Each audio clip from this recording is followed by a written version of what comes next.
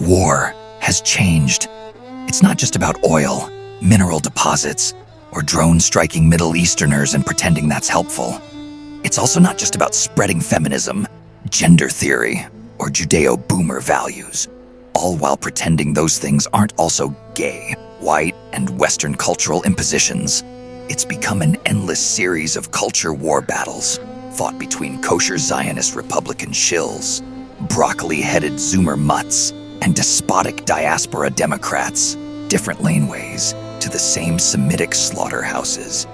Social media, its consumption of attention, and its amplification of stupidity has become a well-lubed dildo of dysfunction, shoved deep into the asshole of society. War has changed. IDF soldiers carry Amerimut-made weapons, use Amerimut-made explosives, and blow up Palestinian children, all with the backing of the American Congress, who cuck and sneed to Israel at every opportunity. Nanomachines inside people's bodies from the COVID vaccine turn ordinary people into sedentary 5G fibromyalgia grifters, accelerating their aging process and increasing their rates of winter vagina-induced heart attacks. Genetic control, culture control, goyim control. Everything is monitored and kept under surveillance. But as long as people get their Krispy Kremes or their culture war copamine hits, they don't fight. The age of deterrence has become the age of 2 more weeks, optics cucks, and Overton windows, desperate to make sure they aren't perceived as anti-Semitic, racist, or transphobic for saying something honest. War has changed, and our world has been spiritually circumcised. He who controls the coinage, the courts, and the media controls history. But it's a hate crime to point out who does, unless you're praising them for how nice and wonderful they are for doing so. However, something profound changed after October 7th. Thanks to TikTok, Netanyahu, and the non-white diversity coalition that Jews had worked so hard to build, October the 7th was the last day Jews spent being seen as something other than ultra-white. Betrayed by fellow preeminent victims, in desperation, intergenerational Holocaust survivors now turn back to white boomers and Schofield Christians who are always there, dependably stupid, ready to run interference. We, however, still carry on with the fight, not because it is easy, and not just because it's right, but because it's funny. The memes of the Patriots call to us.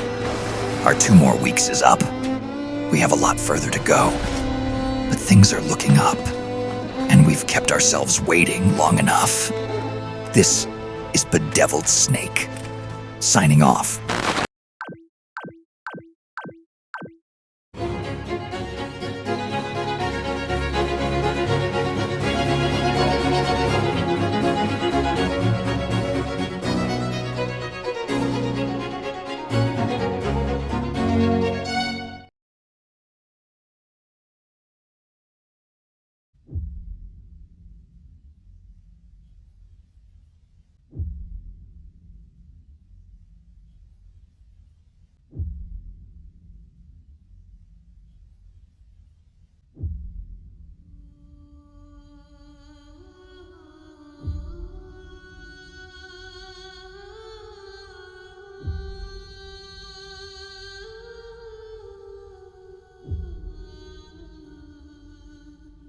Jews, 1 word, 1 syllable, 1 people.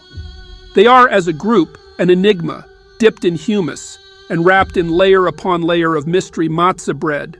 As one scholar put it, they are just like us, only more so. The word Jew carries its profound meaning in 3 fundamental ways. A noun representing a people, chosen by God to lead the way for all mankind. A nation made up of said people, both in the now, the real, the unappreciated, and as a culture, ancient and mysterious, linked to a bloodline through which one can denote, from mother to child, who has and who has not been touched by God's grace. Go beyond this mere word, however, and it becomes clear very quickly that they, as a people, as a culture, as an idea itself, are so unique, so multi-layered and multifaceted that perhaps, and I presume, outside of Hebrew, we lack the words in English that would be needed to ever describe them properly. They are somehow both orthodox and revolutionary simultaneously, both necessarily progressive and yet fundamentally conservative. You could even say, in a manner of speaking, that they are the craftsmen of the cornerstone of Judeo-Christian values itself, which, if we were to be left bereft of, would surely all suffer and languish. Nevertheless, going back to the word itself, Jew, in other unenlightened contexts, and unfortunately, in many languages, cultures, and across the centuries, over and over again, one is forced to face the fact that the simple word Jew, when it's not screamed out as a warning like wolf or enemy, is often used as a multifunctional pejorative by non-Jews in the form of a verb, i.e., to Jew one over, as an adjective, i.e., to describe one's behavior as quintessentially Jewish with negative connotations, or as a noun and in its original form, often used like the previous examples, as an accusation of sorts when leveled at anyone who is, to read between the lines, not behaving like one of us, or in the way that you should be. Now you may be asking, why does any of this matter? Well, it matters because it represents, albeit in a microcosm, the greater problem I want to tackle today, and indeed every day going forward, the problem of problems that faces us all. I have spent the better part of my mainstream relevance searching for, well, what would you call it? Perhaps, if you will, a rhetorical final solution to the scourge of intersectional antisemitism, anti-Zionism, and the ever-looming specter of non-Jewish white nationalism. But like many problems, one of the hardest parts about dealing with it is defining the problem correctly. The problem with that, however, is that the difficulty in knowing where to start sometimes leaves us paralyzed.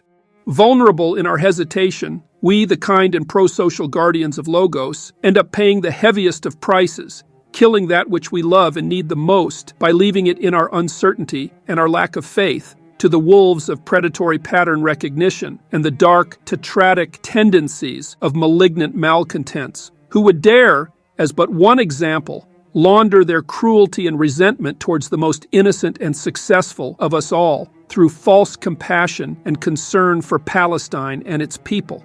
So, I've chosen to start here, because it's better to start somewhere than not at all. We need to face this yellow-bellied dragon head-on if we want to save and preserve our Judeo-American Christian heritage. And that's what this project is all about. My name is Jordan Peterson. I'm a world-renowned author, teacher, and an internet father figure to millions of circumcised men all around the globe. On behalf of myself, the Daily Wire, and indeed in defense of the very soul of Judeo-Western civilization, and after more than 2,000 long and painful years together, this is Codex Rat, an antidote to antisemitism.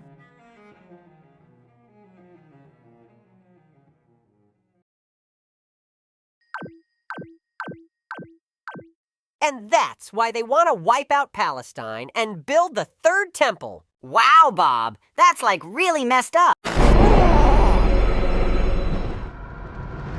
When the baby was born, like all Americans, he was circumcised.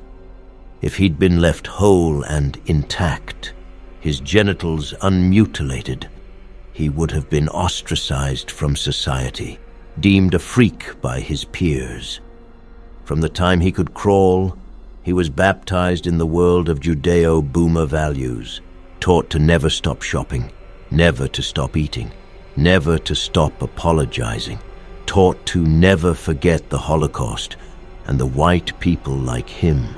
That did it, as well as slavery and everything bad that has ever been done.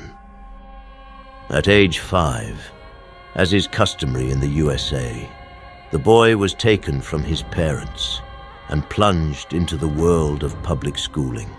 Inadequate, worthless, dysfunctional, a cloaca gentium of illiterate, ethnically ambiguous monstrosities. And all to create the most retarded and pliable consumers the world has ever seen.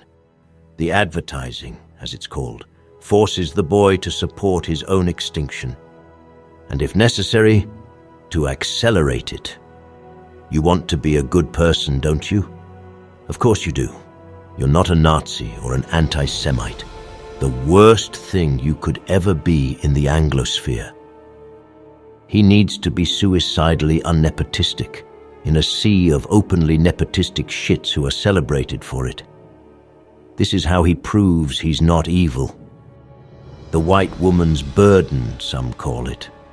Judeo-boomer values, and the lobsterisms of individuality taken to their end.